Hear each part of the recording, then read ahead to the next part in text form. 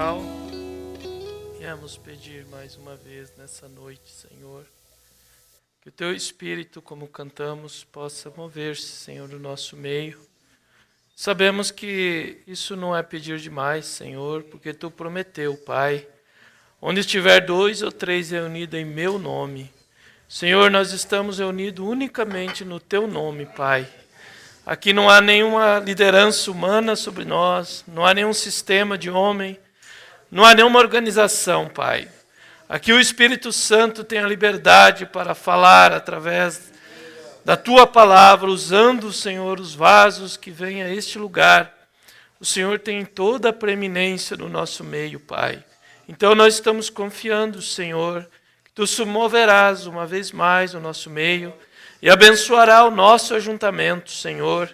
E abençoa também os que estão nos ouvindo, Senhor, à distância. E que sejamos recompensados uma vez mais, Senhor. E que possamos falar como os caminhantes de Emaús, quando terminar a reunião. Porventura não ardia nossos corações enquanto Ele nos falava a palavra. Senhor, que Tu possa falar Tua palavra e vivificá-la nos nossos corações, uma vez mais nessa noite, Pai, no nome do Santo de Jesus. Amém. Boa noite, irmãos. O Senhor abençoe cada um de vocês que tem vindo nessa noite para termos uma reunião a mais. E gostaríamos de abrir a Bíblia em São Mateus. Também os irmãos da internet, Deus lhes abençoe. São Mateus, capítulo 15. Gostaria de ter apenas algumas palavras aqui para nós nessa noite. São Mateus 15, a partir do verso 21, a mulher cananeia. E partindo Jesus dali, foi para as partes de Tiro e de Sidom. E eis que uma mulher cananeia, que saíra daquelas cercanias, clamou, dizendo: Senhor, filho de Davi, tem misericórdia de mim, que minha filha está miseravelmente endemoniada. Mas ele não lhe respondeu palavra. E os seus discípulos, chegando ao pé dele, rogaram-lhe, dizendo: Despede-a, que vem gritando atrás de nós. E ele respondendo disse: Eu não fui enviado senão as ovelhas perdidas da casa de Israel. Então chegou ela e adorou, dizendo: Senhor, socorre-me. Ele, porém, respondendo, disse: Não é bom pegar no pão dos filhos e deitá-lo aos cachorrinhos. E ela disse: Sim, Senhor, mas também os cachorrinhos comem das migalhas que caem da mesa dos seus senhores. Então respondeu Jesus e disse-lhe: Ó mulher, grande é a tua fé, seja isso feito para contigo como tu desejas. E desde aquela hora a sua filha ficou sã. Senhor Jesus, Tu és o mesmo ontem, hoje, eternamente, Pai. Aqui Tu estavas, Senhor, sendo enviado às ovelhas da casa de Israel. Mas isso não impediu que Tu também fizesse algo por uma gentia, Pai. Que nessa noite o Senhor possa abençoar nossos corações na meditação da Tua palavra. No nome do Senhor. Amém. Assentai-vos, irmãos, enquanto vamos meditar um pouco nessa noite sobre essa escritura que lemos. E eu gostaria de falar um pouquinho sobre sendo persistente. Nós vemos que essa mulher cananeia, que não era uma judia, né? Então, aquela visitação de Deus ali nos dias de Jesus era unicamente para as ovelhas da casa de Israel. Jesus disse aos seus discípulos: vão somente às ovelhas da casa de Israel, não vão aos gentios, porque ele estava ali para cumprir a promessa de todo o Velho Testamento. E a promessa do Messias era, primeiramente, para a semente de Abraão, a semente natural, que vieram através de Isaac. Então, ele estava ali com um propósito específico. E sempre Deus, ele atua conforme ele tem pré-estabelecido. Nunca vamos conseguir algo de Deus fora do que ele já tem pré-determinado. Então, Deus tem um programa, em outras palavras. Deus tem uma meta a cumprir. Deus tem um plano a realizar. E nós só vamos realmente conseguir favor com Deus se nos encaixarmos com o plano dele. O plano de Deus naquele dia era ele ser enviado à casa de Israel. Então, nós vemos que essa mulher se chegou para ele e disse, filho de Davi, e ele não deu a mínima atenção para ela, porque ele não era filho de Davi para ela. Ele era filho de Davi somente para os judeus. Aquilo era o ofício que ele estava desempenhando ali, porque ele veio da linhagem natural de Davi. E então, ele tinha aquele ofício que ele estava desempenhando ali, era de filho de Davi para os judeus. Então, quando ela chegou querendo algo dele, como filho de Davi, ela não conseguiu nada. Mas quando algo tocou e ela se aproximou e disse, Senhor, aí ela usou uma expressão que fez Jesus parar. Porque ela se aproximou de uma maneira que agora ele podia atendê-la. Então, quando ela disse isso, mesmo assim Jesus ainda colocou a fé dela em prova. Jesus queria realmente saber o que havia dentro dela. Você sabe que Jesus, ele ama ver o que há dentro de cada um de nós. Ele ama provar a nossa fé. Quando nós dizemos que cremos nele, quando nós dizemos que nós o amamos, quando nós dizemos que nós vamos ser fiel a ele, quando nós prometemos que vamos servi-lo, ele certamente ele vai provar aquela nossa fé. Era isso que ele estava fazendo com essa mulher. Ele disse, eu vou lhe dar uma prova. E então ele começou a colocar os obstáculos diante dela. E disse, não é bom tomar o pão dos filhos e dar aos cachorrinhos? Em outras palavras, não é bom eu deixar de curar um israelita, pelo qual eu fui enviado, e vir aqui fazer algo por vocês, gentios, que simplesmente não tem nada da promessa de Deus para vocês. Vocês são simplesmente um povo que adora ídolos, um povo que não conhece a minha lei, um povo que não recebeu os meus profetas. Então Jesus estava pondo a fé dela em prova. E se Jesus é o mesmo ontem, hoje e eternamente, certamente ele ainda ama colocar a fé de cada um dos seus seguidores, ou dos que se aproximam a ele, em prova ainda. De alguma maneira ele vai provar a nossa fé, porque ele nunca concede algo que você deseja sem primeiro provar a sua fé. Essa mulher queria muito a cura da sua filha que era endemoniada. Ela queria muito isso. Então era algo que ela almejava. E então Jesus, para dar aquilo para ela, ele não o deu sem primeiro provar a fé dela. Então quando ele colocou os obstáculos, chamou ela de cão, de cachorro. E então ela disse, é verdade, Senhor. Ela não foi arrogante. Ela não saiu simplesmente dizendo, que homem, que pregação esse homem. Ela não saiu simplesmente dizendo, dizem que ele é um homem que cura todos, que ele é um profeta. E olha as palavras que ele usa para mim. Me chama de cão. Se ela tivesse sido dirigida pelo seu intelecto, ela nunca tinha alcançado a bênção.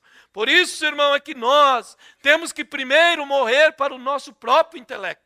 Se nós não morremos para as nossas ideias, os nossos pensamentos, ou o que nós pensamos, se ela tivesse vindo com uma mentalidade pré-formada a respeito de Jesus, ela nunca tinha recebido. Se ela viesse pensando, ele vai me atender, ele é gentil, ele é um bom profeta, e ele era tudo aquilo, mas ele queria provar ela. Mas quando ela mostrou respeito para ele, quando ela mostrou humildade, quando ela, em outras palavras, ela disse, eu não entendo realmente o linguajar desse homem. Ele está sendo realmente duro comigo, Mas mesmo assim, Senhor, os cachorrinhos ainda comem das migalhas. Oh, quando ela disse isso, Jesus se virou e disse: mulher, grande é a tua fé. E pela palavra que tu disse, você vai, porque a sua filha ficou sã. Então, naquela mesma hora, ela recebeu a bênção que ela precisava. Por quê? Porque ela realmente foi humilde. Irmão, ela não entendeu o que Jesus estava falando, mas ela creu que Jesus estava falando a verdade. Quando nós, às vezes, não entendemos o que Jesus está falando, porque Jesus é a palavra, você nunca esqueça que Ele é a palavra. Quando nós não entendemos o que Ele, a palavra, fala para o nosso dia, mas se nós formos humildes e dizermos: Senhor, eu não entendo o que o profeta falou, mas mesmo assim eu creio que é a verdade, e eu vou deixar isso quieto até que Tu revele isso para mim. Então, é ali onde nós podemos conseguir que Jesus faça algo por nós. Então, se essa mulher tivesse tido uma atitude de arrogância, ela nunca tinha conseguido isso. Há uma grande lição nisso para nós, que Jesus realmente vai provar cada um de nós para ver o que nós realmente pensamos a respeito dele. E ele é a palavra, como eu disse antes. Então ele vai ver o que nós pensamos a respeito da sua palavra. E ali é onde, então, se nós perseverarmos, se nós formos persistentes, é ali que nós vamos receber aquilo que nós desejamos. O profeta pregou essa mensagem intitulada Perseverante. E ele tomou essa escritura para falar, e eu quero tomar alguns parágrafos aqui antes de nós orarmos. Ele disse: ser persistente. Isso é o que significa perseverante. Ser persistente. Homens de todas as eras que têm fé no que estão tentando realizar, têm sido perseverantes ou persistentes. Quando é pessoas que têm fé no que estão fazendo. É os únicos que realmente pode ser persistente. Ninguém pode ser perseverante a menos que primeiro saiba o que está tentando realizar. E você primeiro precisa saber o que você está tentando realizar. Você precisa saber. A fé não está baseada no mito, ou em alguma coisa que apenas diz: vá fazer isso. Não. A fé, primeiramente, ela é uma revelação. É algo que lhe é mostrado em seu coração e a ninguém mais é mostrado aquilo. Ou foi mostrado a outros, mas é mostrado individualmente a você. E quando isso é mostrado, então isso produz fé. Você, então, ninguém pode tirar isso de você. É algo que lhe é revelado e não há ninguém mais que possa apagar isso de você. Não há mãe, não há pai, não há mulher, não há filho, não há pastor. Ninguém pode tirar essa fé quando ela é revelada ao seu coração. Então, é isto que realmente pessoas que têm isso, é as que podem fazer algo, ou que fizeram algo, que realmente ficou na história, nas Escrituras. Sim, não fazer aquilo, não baseado nas palavras de alguém, mas a fé toma o seu descanso eternal na palavra do Senhor, na palavra de Deus, que é a Bíblia. Ela é a revelação inteira de Jesus Cristo. Então a Bíblia é o quê? A revelação inteira de Jesus Cristo. Então toda a Bíblia, desde o Gênesis, ela começa falando de quem? De Jesus Cristo. No princípio criou Deus os céus e a terra. Era Jesus Cristo. Ela começa falando dele e ela termina falando dele. Quando ele aqui em Apocalipse diz: qualquer que tirar ou acrescentar uma palavra do livro dessa profecia, a sua parte será tirada do livro da vida. Então, ela é a completa revelação inteira de Jesus Cristo. Revelando-se no Antigo Testamento, pelos profetas. Deus dando-se a conhecer através desses profetas, primeiramente. Era através deles que Deus estava dando a conhecer à humanidade como ele se parecia. Quando ele envia um profeta chamado Noé, E então Noé começa a pregar. Aquilo era Deus se revelando para aquela geração, mostrando a misericórdia dele para aquele povo antediluviano. Que através da mensagem daquele homem, se eles entrassem na arca, e se eles crescem que aquele homem realmente estava falando a verdade, em nome de Deus, então eles poderiam alcançar os benefícios de Deus. Por isso era Deus no Antigo Testamento, pelos profetas. Cada um deles estava trazendo Deus para o povo no dia que eles estavam vivendo. Por isso Jesus disse: não chama a vossa lei deuses aqueles a quem a palavra do Senhor foi enviada, que eram os profetas. Por que vocês querem condenar a mim? Porque eu me chamo filho de Deus. Então, Deus dando-se a conhecer por meio de seu Filho, Cristo Jesus, e nele habitou a divindade corporalmente. Agora, Deus não faz nada fora do homem, como o seu agente, ou seja, o seu ajudante. E agora os homens que têm tido fé em Deus têm sido bem persistentes no que estão tentando fazer. E nós tomamos homens de todas as posições. Então foram homens que captaram o que Deus queria que eles fizessem. Por isso você lê a Bíblia no livro de Juízes, e quando você vê que ali estava um homem chamado Gideão, um homem que não conhecia nada do poder de Deus, um homem que apenas conhecia a história do que Deus havia feito, um homem que sabia, através dos escritos, que Deus tinha feito algo poderoso para eles. E de repente esse mesmo Deus se apresenta para ele. Deus se apresenta para Gideão e começa a ter uma conversa com Gideão. Primeiramente, Deus começa a animar a Gideão. Deus começa a mostrar para ele que ele era o homem da hora, em outras palavras. Deus começa a dizer: rapaz, você realmente é o homem que eu preciso para tirar o meu povo dessa servidão. Deus começa a elevar a autoestima de Gideão.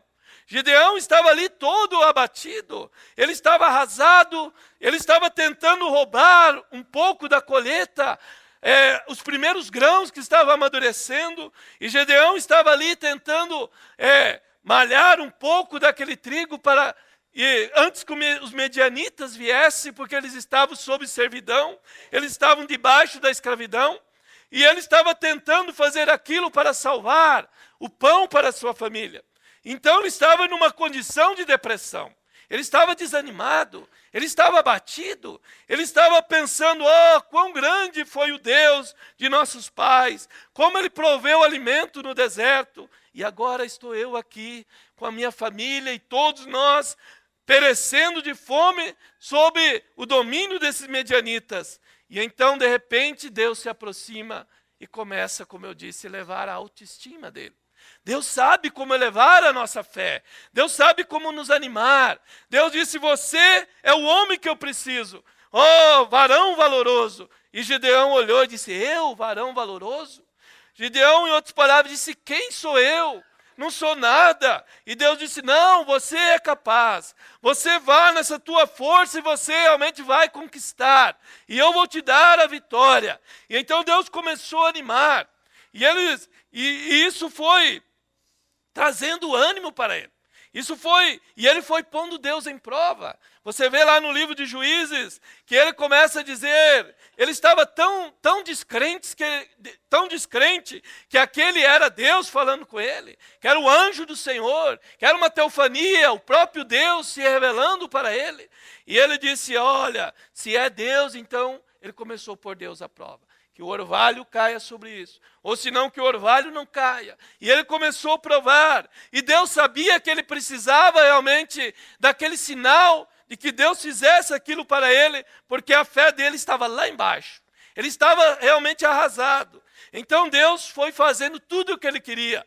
E então Deus elevou a fé daquele homem a uma altura, aonde então ele começou a ter fé. Ele começou a ver que aquela visita daquele anjo poderoso, que era o próprio Deus. Você lê ali na Bíblia, e aquele era o próprio Senhor que apareceu para ele. Então, quando ele viu que aquele era Deus, que era um anjo poderoso, que era um anjo forte, então Gideão começou realmente a conseguir ter fé naquilo. Então, Gideão começou a tocar a sua trombeta. Quando ele tocou a sua buzina, então aquilo começaram a vir os valentes se aproximar dele. Quando ele tocou a sua mensagem, então as pessoas começaram a se aproximar de Gideão. Porque ele tinha recebido a visita de um poderoso anjo. E ele sabia que Deus agora tinha realmente provado para ele em 2 vezes que Deus realmente estava com ele. Então, quando Deus provou que Deus estava com ele, então agora ele começou a levar a sua fé. Deus sempre faz isso. Deus eleva a fé. Foi isso que ele fez com o nosso mensageiro. Um dia ele estava tão desanimado. Todos os pregadores dizendo que as visões dele eram do diabo. E que ele era um homem possuído por um espírito maligno. E aquelas visões de redemoinho e tudo aquilo era algo do diabo. E ele chegou num momento tão grande de depressão que ele disse: olha, querida, eu vou entrar numa caverna. E se Deus não falar comigo, olha, um dia eles vão achar o meu cadáver ali, mas eu não sairei mais. E se eu não vir até sexta, era numa terça, se eu não voltar até sexta, você diga para eles pôr outro em meu lugar, porque eu não vou retornar enquanto Deus não tirar isso de mim. Porque ele estava arrasado, ele chegou num momento de depressão, todos diziam que era do diabo, e ele então não sabia o que fazer, porque os ministros diziam que era do diabo. E a sua mulher disse: querido, você não deve ouvir a eles. Mas ele disse: como eu não posso ouvir? Todos eles dizem que é do diabo, e agora só eu vou dizer que é de Deus. E ele entrou em desespero naquela caverna e começou a orar. E de repente, as escrituras começaram a vir à sua mente. E ele começou a pensar: mas e se, que tal que isso não é o diabo? Que tal que isso é Deus operando? E o Espírito Santo começou a trazer as escrituras para ele em sequência. E então aquilo começou a mudar os seus pensamentos. Ele começou a se animar um pouco. Ele pela primeira vez diz que pensou: que tal que realmente isso é Deus? E então, de repente, um poderoso anjo, uma luz primeiro baixa, começa a rodopiar naquele lugar. E de repente ele olha e os pés de um homem. E de repente ele levanta a cabeça e um homem de 1,90 m diante dele, parado, olhando para ele fitamente. E ele diz que ele que tentou ver se ele podia correr, mas o anjo estava entre o lugar da saída e ele não tinha como escapar. Ele estava atemorizado diante de um anjo, um poderoso ser. E ele disse, mas aquele anjo primeiramente acalmou ele e disse: não temas, eu sou enviado da presença do Todo-Poderoso. Quando ele ouviu essa voz, ele disse: era a mesma voz que eu ouvi quando eu tinha 7 anos. Então aquilo começou a tirar o medo dele. Aquilo começou a elevar a autoestima dele. Aquilo começou a elevar a fé dele. E ele teve uma meia hora de conversação. E aquele anjo citando as escrituras para ele. Que Jesus também foi chamado de adivinho. Que Jesus também teve isso. E que Paulo também teve isso, e que os demônios conheceram que Jesus era o Filho de Deus, e que os demônios conheceram que Paulo era um homem de Deus, enquanto os religiosos chamavam Jesus de Belzebu. Começou a mostrar para ele. Por isso é que os adivinhos, ou astrônoma, diz que você nasceu sobre uma estrela, você é um homem. E ele começou a levar ele às escrituras, e quando levou ele para a escritura, então as suas dúvidas começaram a desaparecer. A fé começou a tomar lugar. E ele diz assim: irmão, eu saí dali um novo homem. Ninguém mais pôde deter ele, porque ele viu que aquele anjo levou ele dentro da escritura. E o anjo disse: você vá, porque eu serei contigo. E quando chegou o primeiro caso diante dele, na sua igreja, uma mulher morrendo de câncer, e ele pôs a mão e orou, e a visão abriu, e ele viu ela curada, ele disse: assim diz o Senhor.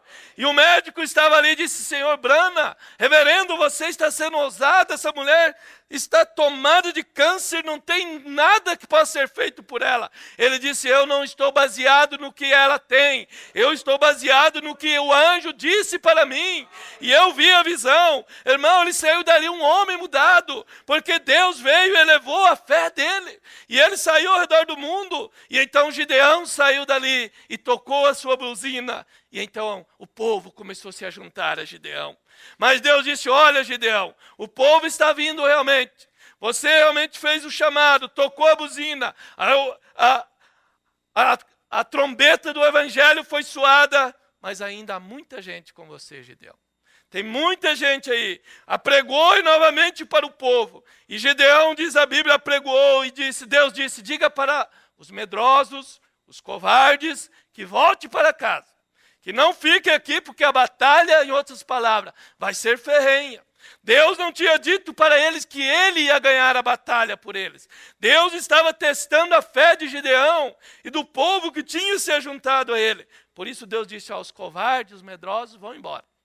E então, a Bíblia diz que 22 mil voltaram para trás. E ainda Deus disse: não, Gideão, tem muita gente ainda.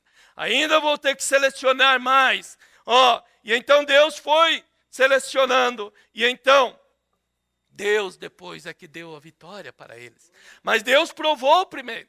Se Deus tivesse dito: olha, fique tranquilo, pode vir todos que eu vou dar a vitória para vocês. Vocês só vão fazer número aí para pôr medo no exército inimigo. Não, Deus primeiro ele ama provar o que está dentro. Irmão, Deus ama provar a tua fé. Quando você diz: eu ficarei ao lado do Senhor, custe o que custar. Deus sabe que você e eu não podemos vencer o inimigo. Mas então, quando ele vê que você tem coragem para pelo menos encarar o inimigo, então ele vai te dar fé, porque ele é que vai pelejar a batalha por nós. Foi isso que ele fez para Gideão.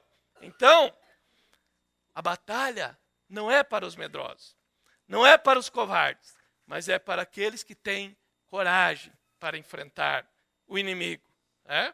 E diz o irmão Brana, agora, Jesus disse isso, como foi nos dias de Noé, uma grande civilização inteligente como foi então. Assim será na vinda do Filho do Homem. Seria da mesma maneira. Isso não... Agora, aquilo não deteve Noé. Ele foi persistente. Ele sabia que a Deus havia dito: vai chover. E Deus podia colocar chuva lá em cima se ele dissesse que sim. E ele faria isto. Houvesse ou não chuva, houvesse ou não tal coisa lá. Então ele foi persistente. Depois que ele conheceu a palavra de Deus. Deus não tinha revelado para Noé como ia ser a chuva.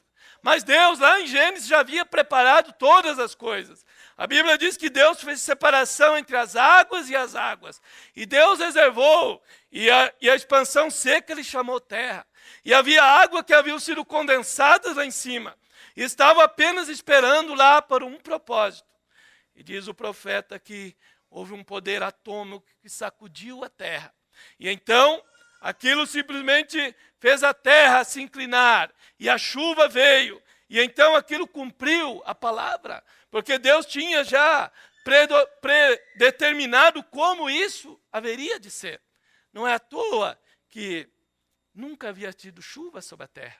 Deus tinha feito uma maneira, e a Bíblia diz que havia algo que descia e regava toda a terra, como um orvalho, e aquilo regava a terra, e aquilo manteve a terra por todos aqueles quase 2000 anos. Por que Deus fez aquilo? Porque ele tinha um propósito. Ele ia fazer chover a primeira vez. E então seria uma mensagem totalmente absurda para a razão humana. Totalmente absurda para uma geração tão inteligente como a que nós estamos vivendo. Nunca havia tido chuva. E agora vem um profeta dizendo que vai ter chuva. Era algo totalmente sem nenhum sentido. Mas Deus ama fazer as coisas para que a mente intelectual não creia. É por isso que Deus reservou para esse dia o ministério do Filho do Homem, para que quando chegasse na condição do mundo antediluviano, o próprio Jesus viria à terra e se revelaria outra vez. E o mundo religioso não creria naquilo. Eles não creriam que era Jesus, usando um corpo humano aqui, se parando numa plataforma, discernindo o segredo do coração das pessoas, virando de costa para a audiência e dizendo, ele está aqui. Você acha que o mundo religioso ia crer? Nunca eles iam crer.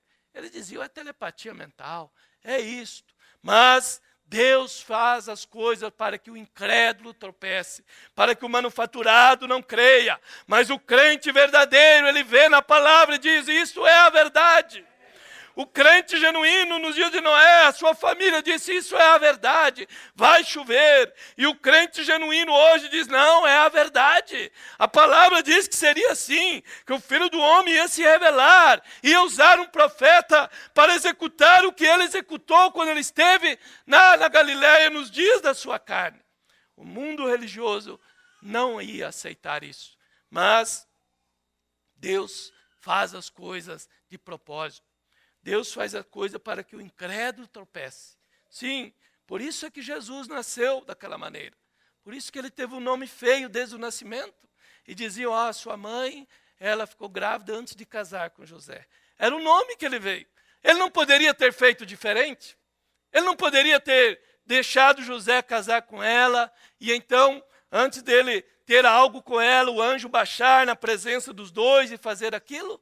Mas Deus não faz a coisa como nós queremos. Deus faz as coisas como Ele quer. E aquele nome feio que ele levou desde menino era para que os incrédulos realmente não já tivessem um motivo para descrer dele. E eles olhavam e diziam, ele é um filho ilegítimo. E tudo aquilo, Deus já faz as coisas de propósito, irmão, para que o incrédulo tropece realmente naquilo. Sim.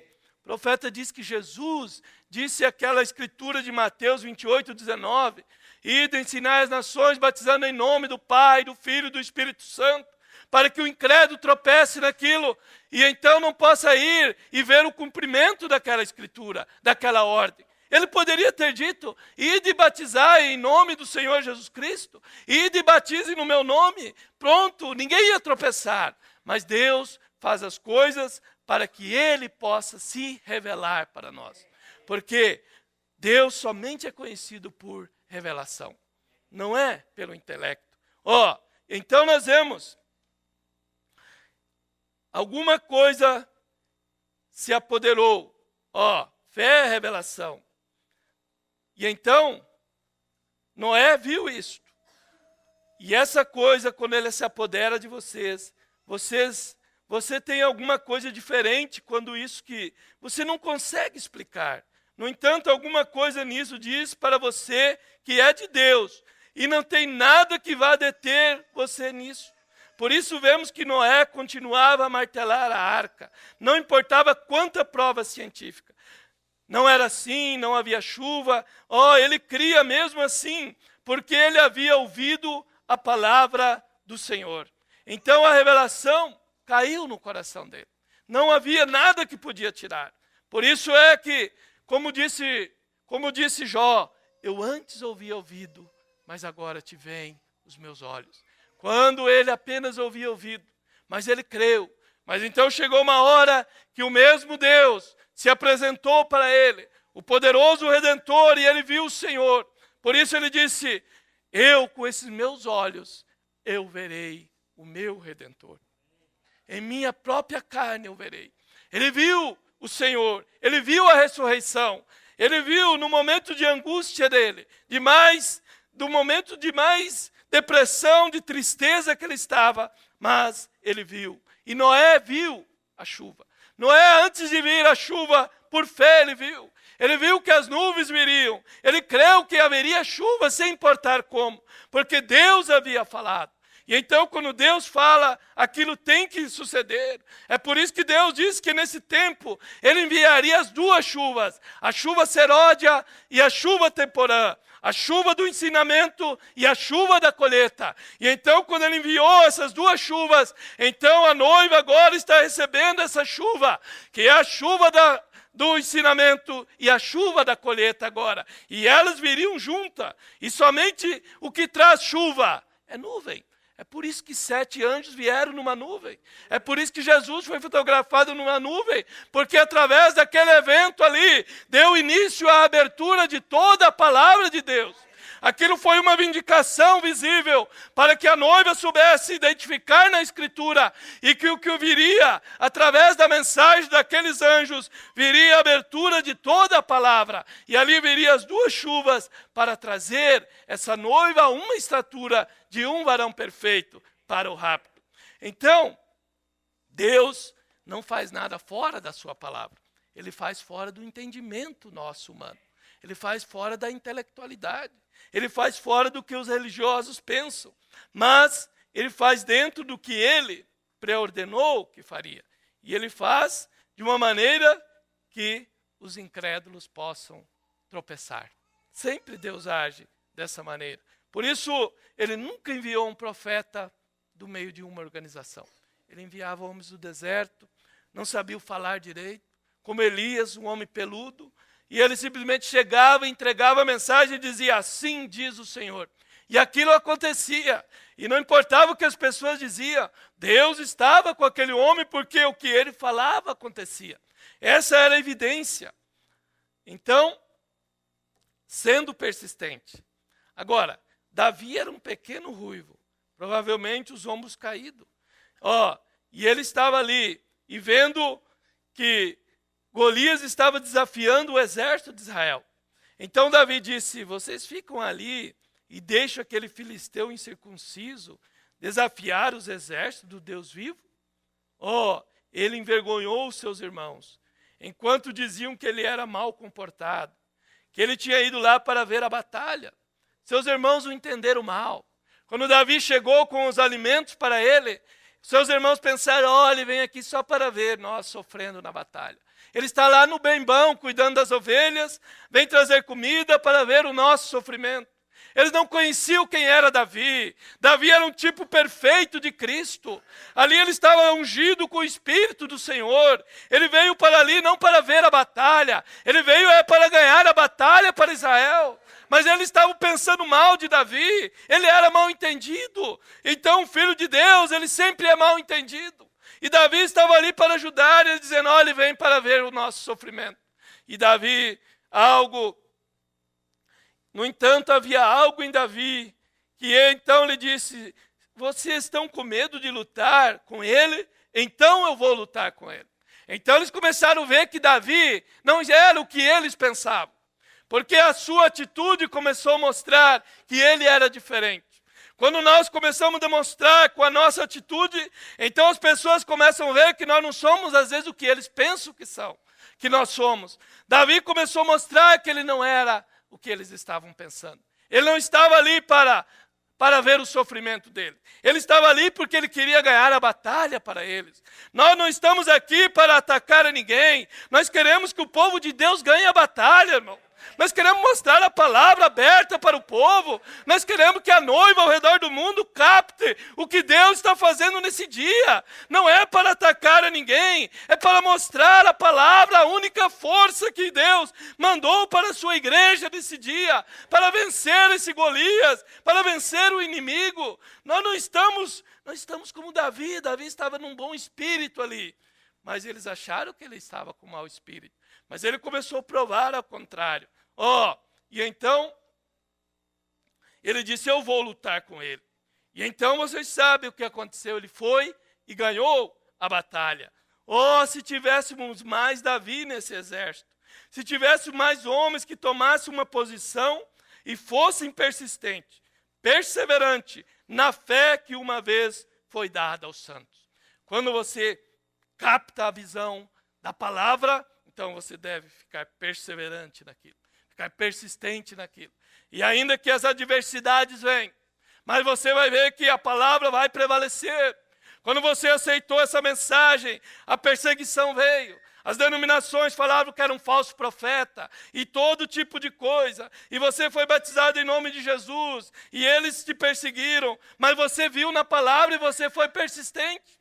É isso que te trouxe a vitória. Se você tivesse desistido, então você teria se tornado um denominacional e a tua orelha teria sido furada e você nunca mais ia ouvir o toque do jubileu, da trombeta do evangelho. Quantos que não ouviram a mensagem e voltaram atrás? Quantos não foram batizados e retornaram para a denominação? Eu conheci um homem e ele conheceu a mensagem e ele foi batizado, mas ele não resistiu à pressão da denominação. E ele voltou para a denominação. E ele voltou para Laodiceia. E ele morreu cego também fisicamente, mostrando que ele rejeitou a luz também. E ele foi para o sistema cego e até no natural ele morreu cego lá, dentro do sistema. Um homem que pôde ver a luz, ser batizado em nome de Jesus, conhecer que Deus enviou um profeta, ver a escritura de Malaquias 4 e dar meia volta e voltar atrás por causa de algum prestígio, por causa de algum assédio, por causa de alguma coisa. Oh, irmão, esse homem não é uma vida digna do evangelho. Por isso o irmão Brana pregou, é a sua vida digna do evangelho? Porque um homem que retrocede após ver a palavra, por causa de alguma denominação, não é uma vida digna do evangelho. E Deus quer pessoas que sejam dignos do evangelho. Por isso, Sansão, ele era um outro homem muito perseverante. Ele teve um nascimento nazireu. Um nazareno ou nazireu significa separado para a palavra. Que ótima coisa seria se hoje à noite todos os cristãos fossem nazireus para o Senhor. O que é nazireu? Separado para a palavra. O que é a palavra hoje? É Deus, é a abertura da palavra, é todo o mistério revelado, é a mensagem para essa hora. Isso é a palavra. Então o que Deus quer hoje é nazireus. E veja, separados não para credos, mas para a palavra. Cristo é essa palavra. Separados para a palavra. Ele tinha 7 cachos de cabelo que batiam nas costas, que era o sinal que ele era separado. Aquilo era um sinal. Todos olhavam para Sansão e ele tinha um sinal. Era um segredo que ele tinha ali. E ele sabia o que era aquilo. Ele conhecia o segredo. Sansão era o único que conhecia o segredo. Sansão é um tipo da noiva desse dia. Era a única que conhece o segredo. Ele tinha 7 tranças. Nós temos hoje 7 selos que foram revelados para nós. Nós temos as 7 eras que foram trazidas para nós. Nós temos 7 trovões que abriram a palavra para nós. É o segredo que nós, como Sansão, nós conhecemos esse segredo. As pessoas olhavam para Sansão e viam 7 tranças. Não sabiam o que era aquilo. Mas Sansão conhecia o seu segredo. Sansão sabia o que era aquilo. A igreja desse dia, a noiva, ela sabe o que é isso. Ela sabe que isso é o que nos separa dos demais. O que separava Sansão dos demais era suas 7 tranças. Era o seu voto de nazireu. Era Deus que tinha trazido aquilo para ele. E dito, olha, esse menino nunca vai passar navalha na sua cabeça. E nem bebida forte ele vai tomar. Ele vai ser separado para mim. Então era Deus que trouxe aquilo. Era um segredo da família. Deus revela os seus segredos para a sua família, para o seu povo, para os seus eleitos. Não era para todos, mas a família de Sansão sabia qual era o segredo. E então, aquele era o poder que separava Sansão dos demais. Sansão não tinha nada, mas ainda podia sentir que a promessa que Deus lhe fizera ainda estava pendurada na sua cabeça. Quando chegou a hora da batalha, que os inimigos lhe cercaram, ele não tinha nada em sua mão. Ele estava totalmente indefeso, humanamente falando. Mas quando ele passou a mão na sua cabeça, ele sentia, aqui está o poder, aqui está o meu poder. Ele ainda podia sentir a unção, em outras palavras. Então ele sabia que enquanto ele tivesse aquelas tranças, Deus estava com ele. Ele conhecia o segredo por trás daquilo. E então quando ele tomou aquela queixada de jumenta e começou a golpear aqueles filisteus, e então ele matou 1000 filisteus ali. Por quê? porque ele tinha o segredo e ele sabia que Deus estava com ele. O poder de Sansão estava no segredo que ele sabia, que só ele sabia que aquilo era um sinal de Deus para ele. E o poder do Senhor desceu sobre ele e derrotou com aquela queixada 1000 filisteus. Um dia, um leão correu atrás dele e ele não tinha nada na mão, mas o Espírito do Senhor desceu sobre ele. Seus cachos ainda estavam ali, se encontravam sobre os seus ombros. E ele arrebentou o leão com suas mãos. E ele foi bem persistente, porque sabia que a promessa de Deus estava com ele. Isso que era a vitória de Sansão. Saber que a promessa de Deus estava com ele. Ele podia realizar qualquer coisa, pois a promessa de Deus, estava com ele para libertar. Mas um dia, quando aquela mulher cortou o seu poder, que eram as 7 tranças, então aquela mulher que representa a igreja, mulher sempre representa a igreja, ela foi e cortou as 7 tranças de Sansão. Cortou o poder daquele homem, cortou o poder que ele tinha, cortou o poder da igreja. E então ele ficou indefeso. Por isso é que o irmão Brana disse que os 7 selos liberariam o Espírito Santo para a igreja. Ele liberaria o poder para a noiva. Por quê? Porque Deus é a palavra. E quando ele desceu para abrir toda a palavra, então liberou o poder para a igreja. Porque o poder de Deus é a sua palavra. Somente vencerá este mundo quem tiver a palavra de Deus em sua totalidade. E foi isso que ele fez. Por isso é que a mulher, a igreja, não quer permitir que o povo, a noiva, receba o poder desses 7 selos, porque aí é onde está a vitória para a igreja. É a revelação de toda a palavra. É o Espírito Santo vindo em plenitude sobre a igreja. Porque as pessoas querem ter o Espírito Santo sem ter a palavra. Nunca vão ter, porque Deus é a palavra. Pode chorar e gritar a noite toda, você nunca vai ter poder com Deus. Você nunca vai ter o Espírito Santo se você não aceitar a palavra na sua vida. E a palavra é os 7 selos que foram abertos. É Cristo, diz o profeta. Ele é os 7 selos. Ele é o poder para a igreja. Mas a mulher quis cortou o poder de Sansão. E é o que a igreja está fazendo. Está querendo cortar. Não permitiram, quando a palavra veio, então, o que a igreja fez? Laodiceia fez? Rejeitou. O poder que ia libertar eles, que ia levar eles a uma intimidade com Deus, que era o próprio Deus, a palavra em sua totalidade, para levar eles a conhecer esse Deus, a viver uma vida mais alta, a chegar à estatura de um varão perfeito, a receber a plenitude do Espírito Santo. E eles rejeitaram isso. A igreja cortou. Não permitiu. E é o que aconteceu com Sansão. E então, Sansão ficou sem força nenhuma. Ficou um homem derrotado. Mas, apesar de tudo aquilo, ainda que ele ficou derrotado, ainda que ele perdeu o seu poder, mas a Bíblia diz que com o passar dos anos, o poder começou a crescer de novo em Sansão. Irmão, é isso que está acontecendo com a igreja hoje. Depois de 50 anos, o poder está crescendo nessa igreja.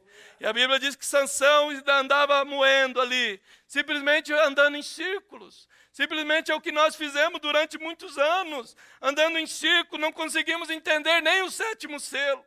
Não conseguimos entender o que eram os trovões. Não conseguimos entender o que era a 3ª puxada, que é a abertura da palavra. Não conseguimos entender. Mas de repente a Bíblia diz o poder, o cabelo começou a crescer em Sansão. O irmão Brana diz, há uma esperança então para a igreja. O poder começou a voltar. E então aquilo fez Sansão. A força de Sansão voltou. E ele então disse, morra eu com os filisteus. É isso que a igreja precisa hoje, é morrer para nós mesmos, para que então esse poder, o poder vivificador, possa viver através de nós, porque o que nós precisamos é morrer para nós mesmos. Não é uma morte natural como Sansão. Era apenas tipos daquilo. Mas o real está aqui. Era tipos na vida de Sansão, mostrando o real para nós, porque todos os tipos vieram agora. Então esse livro não é mais um livro de história. Ele foi aberto para nós, porque o Cordeiro abriu o livro e desatou os selos. Por isso não é história mais. É um quadro que veio para trazer fé para a igreja, para mostrar que o poder ainda pode voltar. E ele está voltando. E ao redor da terra, Deus está levantando o poder dessa igreja, o poder dessa noiva. Nós estamos vendo agora a palavra aberta e vendo que é isso que ia trazer poder para a igreja. Por que a abertura da palavra faz o que faz? Faz o jovem deixar o mundo? Porque Deus é a palavra. Deus é o Espírito Santo, como eu disse. Não é uma ideia pentecostal de ficar gritando pelo Espírito Santo e falar em língua e se emocionar e dizer eu tenho o Espírito Santo. Não, é aceitar a palavra, é isso que é. Isso faz o Espírito Santo vir para você, porque ele é a palavra, irmão. Quando nós captamos e entendemos isso, então as coisas começam a fazer sentido. É por isso que a abertura da palavra ia liberar o poder para a igreja. Os 7 selos iam liberar o Espírito Santo para a igreja, que é o poder, porque é o próprio Deus. Ele é a palavra. Então nós temos uma mentalidade, ou uma ideia, uma mente agora revelada. E nós conseguimos agora entender e captar aonde está o poder para a igreja hoje? Quantas vezes nós pensávamos, eu quero o Espírito Santo. E claro que nós desejamos ele, cada dia mais. Mas nós não entendíamos realmente como chegar nisso.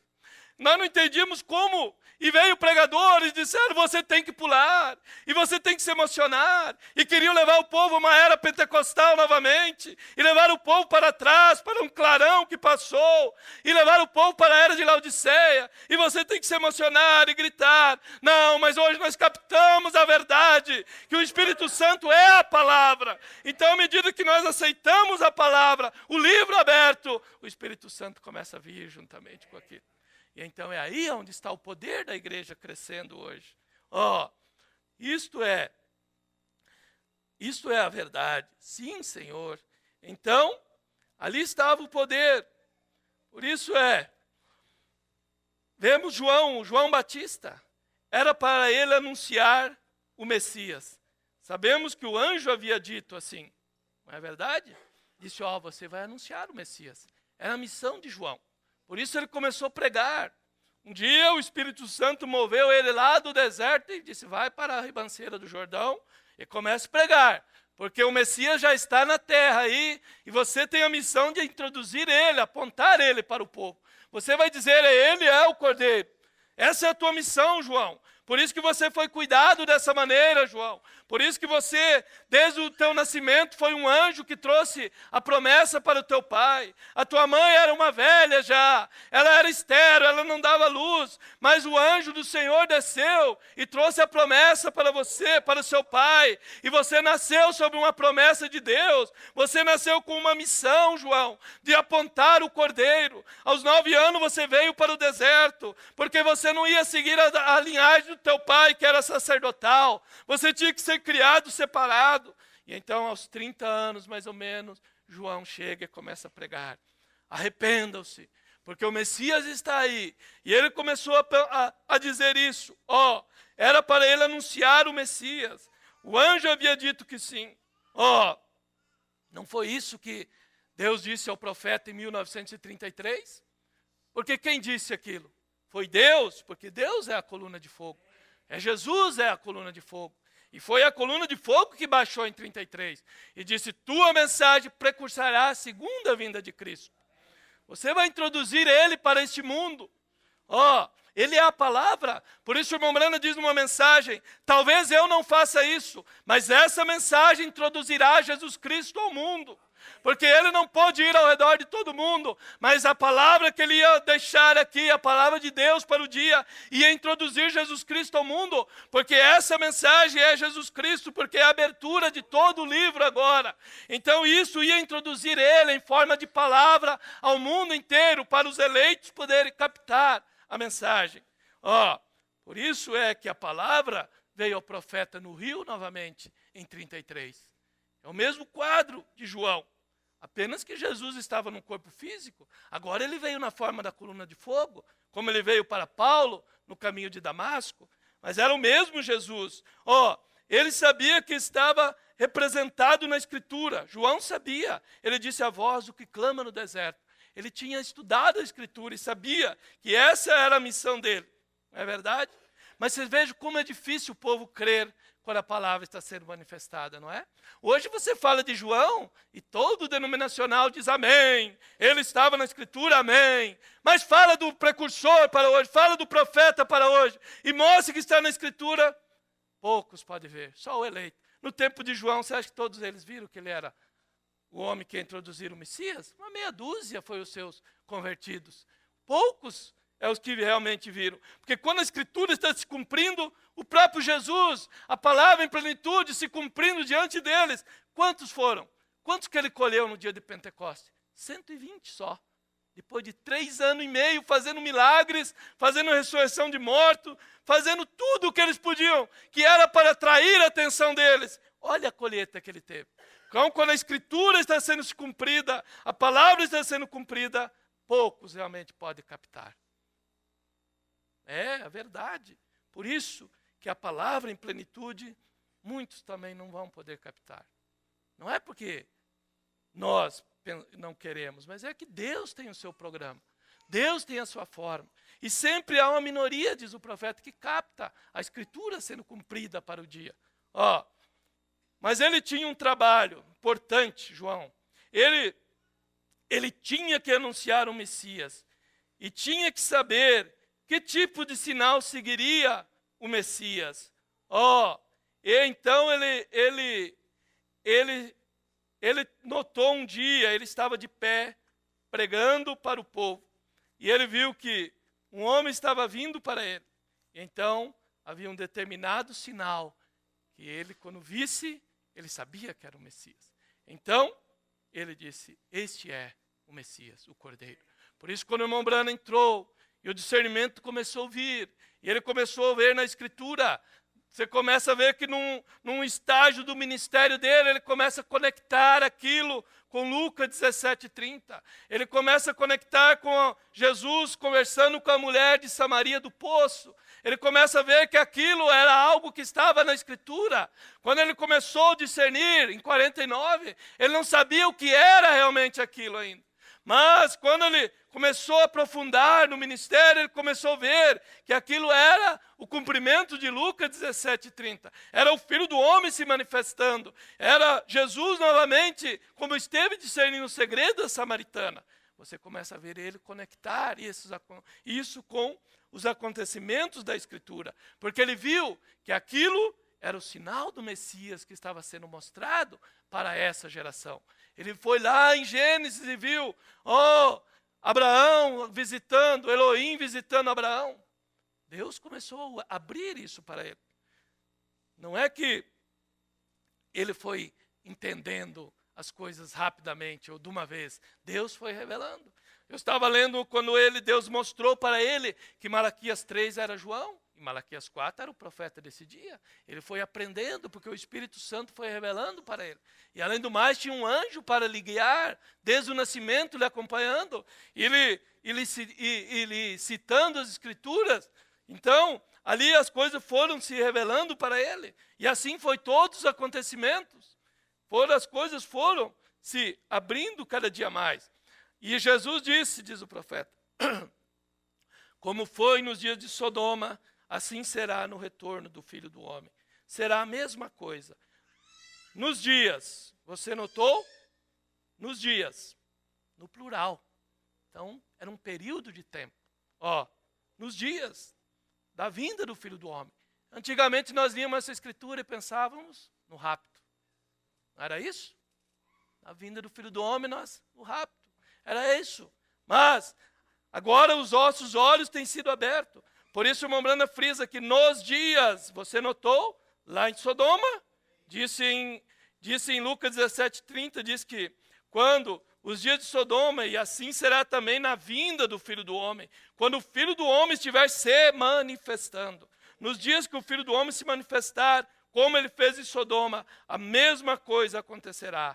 Oh, não é para menos que deveríamos ser persistentes. Não é para menos que deveríamos ser perseverantes. Temos um objetivo para realizarmos para Deus, que é chamar a noiva de Jesus Cristo, de todas as denominações, de todos os povos, um povo separado para Deus. Aqui ele já estava captando qual era a missão dele na terra.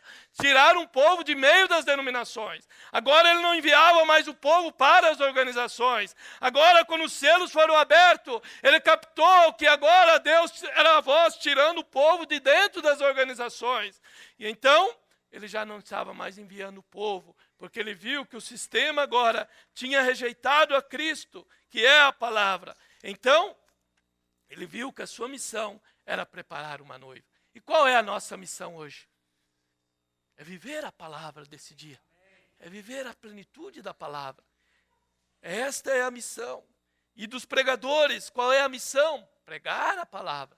Pregar o livro aberto. Profetizar novamente uma vez mais. É a nossa missão. Então hoje nós captamos a nossa missão. Um cristão de verdade luta, diz o profeta, pela posição dele.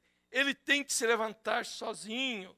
Ele e Deus. E ele luta cada polegada do terreno. De modo que não se tem que mimá-lo. Não, um cristão não. Não tem que estar dizendo, irmão, você tem que vir à igreja. Irmão, por favor, venha na ceia. Por favor, irmão, venha na igreja. Não, um cristão, ele não tem que ser mimado, ele é robusto. Quando ele capta a mensagem, quando ele capta a palavra, irmão, se ninguém vir na igreja, eu vou. Porque eu não estou baseado a minha fé em ninguém mais. É a minha fé em Deus. Se tiver que ir só eu vou. Quando Deus enviou um profeta para fazer um reavivamento em Milton, e ele chegou e abriu aquela igreja, e Deus abriu as portas, no primeiro culto, sabe quantas pessoas tinha? O irmão Brana pregando, o irmão Wright, a filha e a esposa. Os três ouvindo. E o irmão Brana chegou e pregou como se ele estivesse pregando para uma grande multidão. E de repente, no final do culto, no outro dia vem um homem ali. E um homem vem com um cachimbo. E ele diz, eu quero ouvir esse pregador que está aí. Que diz que é como um Billy Sunday. Eu quero ver o que há por trás disso. E ele deixou o cachimbo e chegou. E era um homem mal encarado. Sentou lá atrás. E o irmão Wright disse, você não quer vir mais para frente? Ele disse, não, você cuida da frente, eu cuido aqui de trás. E o irmão disse, irmão Brana é um homem difícil. E o irmão Brana começou a pregar. No final do culto, aquele homem estava chorando no altar. No outro dia, aquele homem testificou na pedreira que ele pregava. E vieram pessoas ao culto e Deus começou a curar. E houve um reavivamento. E no dia do batismo, a igreja de um homem foi para assistir com o pastor. Chegaram ali assistindo e de repente o poder de Deus moveu. E aqueles homens entraram no rio para ser batizados com suas roupas finas. As mulheres de roupas finas entraram ali e foram batizadas em nome de Jesus Cristo, porque Deus se move na frente, irmão. Deus precisa de homem de coragem, perseverante. E aquele homem que veio ali foi salvo a primeira vez, se tornou o pastor daquela igreja.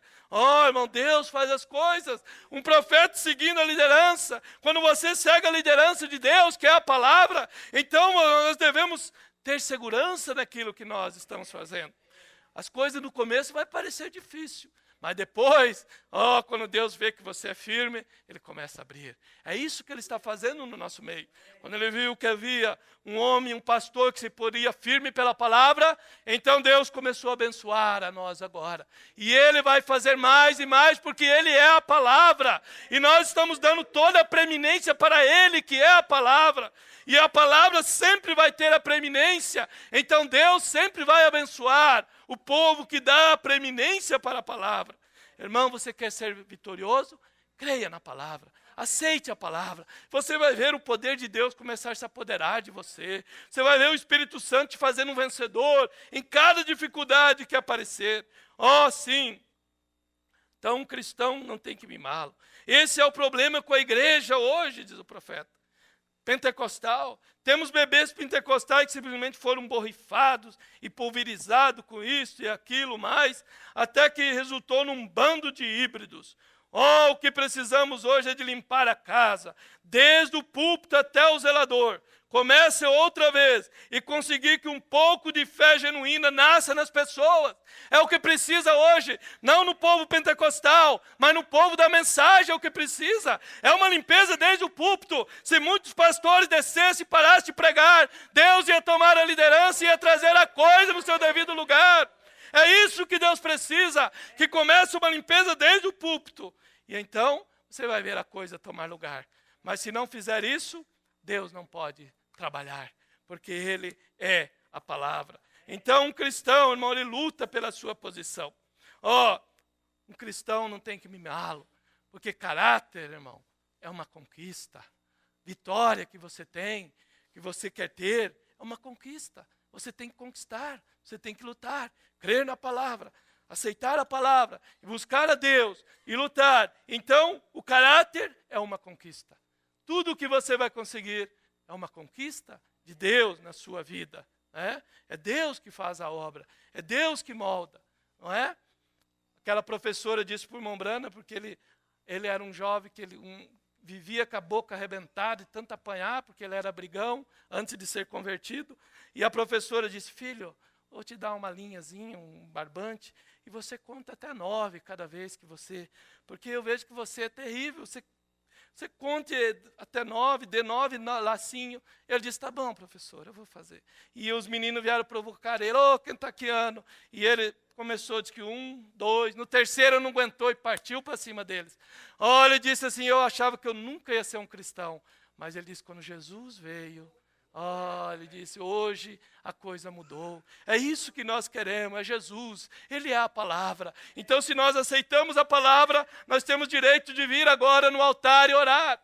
Você tem direito de inclinar sua cabeça agora e orar. Você tem direito de pedir, se você crê realmente na palavra. Então você pode dizer: Senhor, eu sou um crente. Eu não dou conta de vencer isso, Senhor. Mas eu sei que se eu crer que o Senhor é a palavra, e o Espírito Santo vai tomar essa palavra e colocar no meu coração. E quando a tentação vier, o Espírito Santo vai fazer eu lembrar a palavra. E é isso que vai te dar vitória, irmão. É isso que vai te dar vitória sobre o pecado, sobre o mundo, sobre tudo que é mal. É quando a tentação vem, é o Espírito Santo em você te fazendo lembrar a palavra. É Ele me fazendo lembrar a palavra. É aí que está a vitória da igreja, na hora que nós estamos vivendo. Vamos orar nessa hora. Vamos pedir a Ele que Ele nos ajude para vencer. Vamos ser persistentes. Se você quer vir ao altar, você pode vir, ou aí onde estiver. Mas vamos orar e dizer que o Senhor, pedir a Ele, que Ele nos ajude a ser persistente. Que Ele nos ajude a perseverar. Que Ele nos ajude a vencer essa hora que estamos vivendo. Eu sei que Ele vai nos ajudar, irmão, porque Ele é a palavra. E nós estamos dando todo o crédito à palavra. Nós não estamos cortando nada da palavra. Nós estamos querendo que Ele abra nossos olhos cada dia mais. Que Ele nos coloque aonde Ele quer que nós estejamos. Nós queremos ser guiados, ser liderados pelo Espírito Santo. Pai Celestial, aqui estão Teus filhos nessa noite, Pai. Uma pequena porção da Tua igreja, Senhor. Outros que estão nos ouvindo pela transmissão. Pai, nós estamos numa hora muito crucial. Mas como eu falei nessa noite, o poder dessa igreja está crescendo novamente, Pai. Deus, depois que os olhos de Sansão, depois que os olhos foram tirados, então o poder começou a voltar a Sansão. Pai, os olhos, o profeta foi tirado, mas o poder, a mente está aqui, que é Cristo, Pai. E agora esse poder está crescendo na igreja novamente.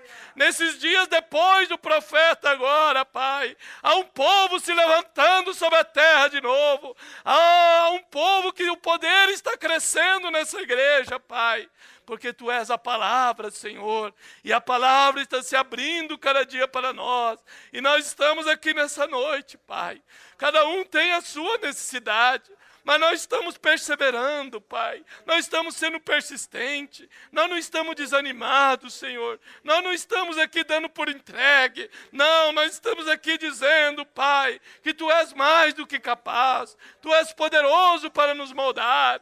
E nós dizemos que nós cremos no Senhor. Nós cremos na Tua palavra. Nós aceitamos toda a palavra que procede da boca de Deus, que é o profeta de Deus para essa era, que é a boca de Deus para nós.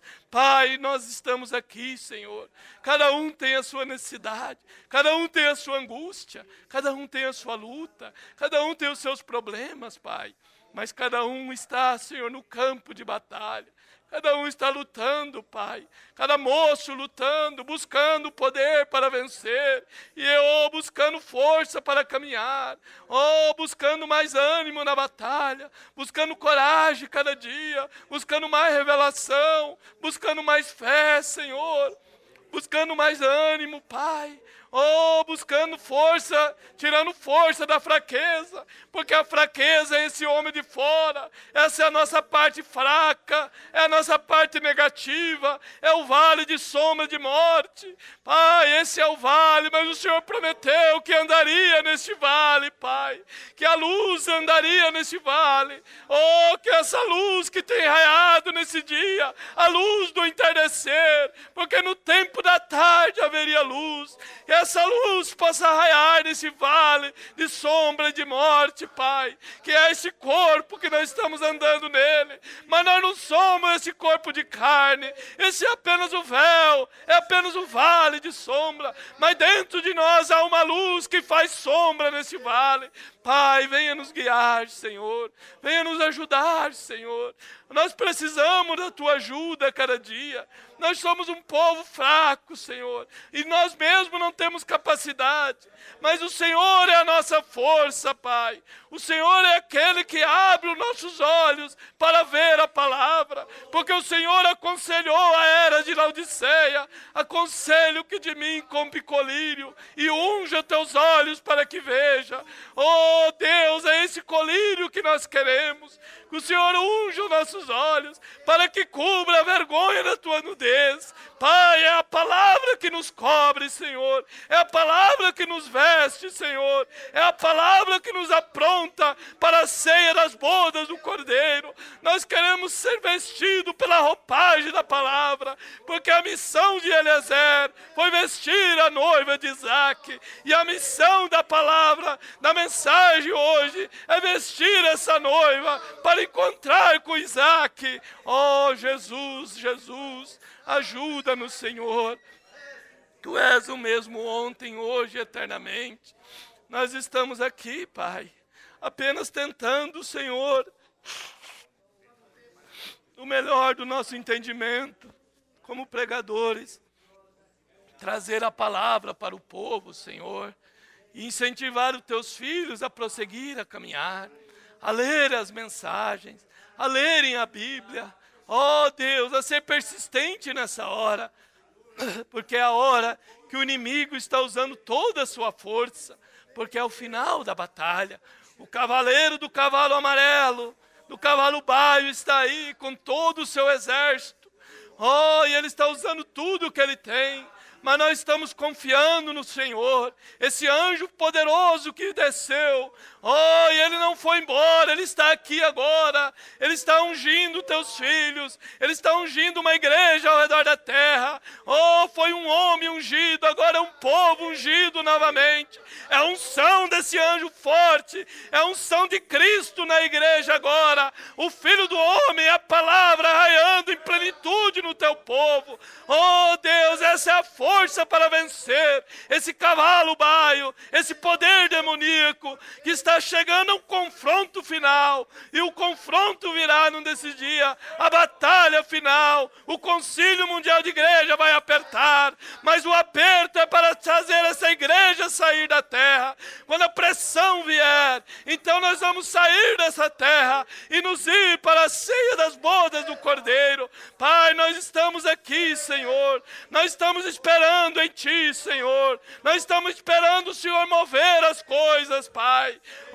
Como o Senhor moveu na Segunda Guerra Mundial. O Senhor moveu os exércitos de Hitler, Stalin, Mussolini e levou os judeus para a terra. As trombetas soaram e levaram Israel para a terra. E eles estão ali esperando Moisés e Elias, esperando que aquele sétimo selo, a sétima trombeta soe para eles. Mas para nós, os gentios, o sétimo selo já tem soado. Cristo tem vindo à terra e tem aberto o livro para nós. E agora está reunindo uma noiva debaixo desse descida, debaixo do sétimo selo. Há uma noiva captando o mistério agora. Ela sabe o mistério dos 7 selos. Ela conhece o mistério dos 7 trovões. Ela conhece o mistério que Sansão conhecia. Mas ela não vai entregar o seu mistério. Ela não vai revelar o seu segredo. Oh, não. É uma noiva que será a noiva palavra desse dia. Porque há uma promessa que essa não cairá. Essa o diabo não vai conseguir derrotar. Porque ela será ele será ela. O casamento leva agora essa noiva a ser a esposa do Cordeiro, a se posicionar ao lado do anjo forte, da palavra em sua totalidade. E então, Pai, nós estamos confiados na Tua promessa. Eu estou esperando, Senhor, cumprir toda a Tua palavra para o dia, ou tudo que o Senhor planejou para esse dia, ou o ministério chegar à perfeição, como diz o profeta, como esposa e esposo. Pai, essa é a hora que nós estamos vivendo, Senhor. Ajuda cada um de nós, Senhor. Não estamos desanimados, Senhor. Pelo contrário, nós estamos avivados, porque os trovões avivariam a Tua noiva. A revelação dos mistérios, a abertura da palavra, seria para trazer o avivamento para a noiva agora. Não é mais para o mundo, é somente para a noiva agora. E é isto, Pai, que está produzindo fé no nosso coração, produzindo entendimento, produzindo revelação, posicionando a Tua igreja. Oh, vendo nós ver, Senhor, que nós estamos identificados nesse livro, que é o livro da redenção, que é o livro da minha história, que é o livro da história da igreja. Oh, isso está sendo aberto para nós a cada dia. E que o Senhor continue, Senhor, derramando a chuva para nós, a chuva da colheita agora, Pai. Que Tu traga isso para nós, porque o Senhor já trouxe. Essa nuvem veio para trazer a chuva, os selos abertos para nós, a palavra em sua totalidade. Pai, e o Senhor faça nós reconhecer a Tua descida, Pai. Reconhecer a Tua presença entre nós, Senhor. Por isso Teu profeta pregou a presença de Deus não reconhecida, para alertar, Senhor, o povo, para eles não passar de alto esse verdadeiro sinal que eles deixam passar de alto. Oh, Deus, mas nós não queremos passar de alto esse sinal. Nós não queremos passar de alto a Tua presença. Nós queremos reconhecer a Tua presença, Pai. E dizer que Tu venha e tenha a liderança de nós, Pai. Abençoe os Teus ministros ao redor da terra, os Teus pastores, os genuínos, Pai, os verdadeiros, que amam a palavra, que fazem tudo para viver a palavra, para ser um exemplo para seu povo, para suas congregações. Deus, abençoa esses, Pai, porque eu não posso pedir que Tu abençoe alguém que não ama a Tua palavra, que pisa na Tua palavra, mas eu posso pedir que Tu abençoe alguém que seja como Davi, que tenha coragem para ir no campo da batalha e enfrentar o Golias desse dia. Pai, abençoa cada pastor, abençoa o nosso pastor, abençoa o seu ministério, abençoa cada ministro que ministra nesse púlpito, Pai. Ajuda cada um, Pai. Unja com o Espírito Santo, Senhor, e leva Teu povo ao nível mais alto de fé a cada dia, Pai, até chegarmos à última batalha, Senhor. Então a espada será pendurada, então não teremos mais que batalhar. Oh, então ouviremos um som de trombeta. Oh, haverá um chamado para a ceia das bodas. Haverá algo dizendo: subi cá, meus filhos. Oh, chega, vocês agora são chamados para comemorar, para a ceia das bodas do Cordeiro. E o rei se levantará em todo o seu esplendor e dirá: filhos, não chore mais, tudo acabou. Oh, ajuda-nos, Senhor. Estamos esperando por essa doce hora de libertação. Estamos esperando sair dessa terra, Pai. Estamos caminhando contigo como Enoque caminhou. para sermos transformados numa dessa manhã. Ó Pai, ajuda-nos, Senhor. É isso que amamos, é isso que queremos, Pai. No precioso nome de Jesus Cristo, somente para a Tua glória. Amém e amém.